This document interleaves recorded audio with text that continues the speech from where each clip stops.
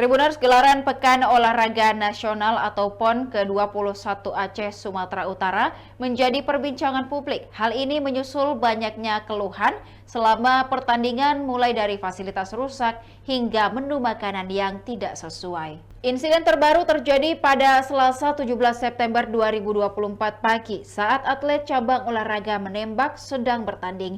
Atap venue yang digunakan pertandingan tiba-tiba ambruk.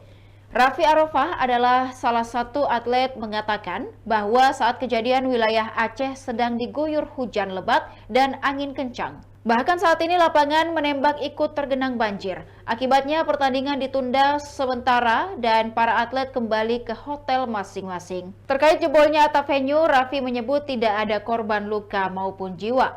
Masalah lain muncul dari panitia dan wasit yang mendapat menu makanan yang tak sesuai. Mereka mengeluhkan isi kotak makanan berupa sepotong tempe, sambal, kentang, dan nasi yang keras. Panitia dan wasit menilai menu makanan itu tidak sesuai dengan anggaran untuk keperluan konsumsi.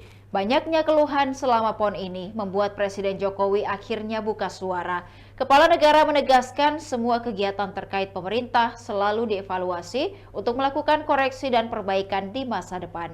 Demikian Tribun Timur Hot News kali ini. Saksikan berita dan informasi menarik lainnya hanya di kanal YouTube dan Facebook Tribun Timur. Download Tribun X sekarang. Menghadirkan lokal menjadi Indonesia.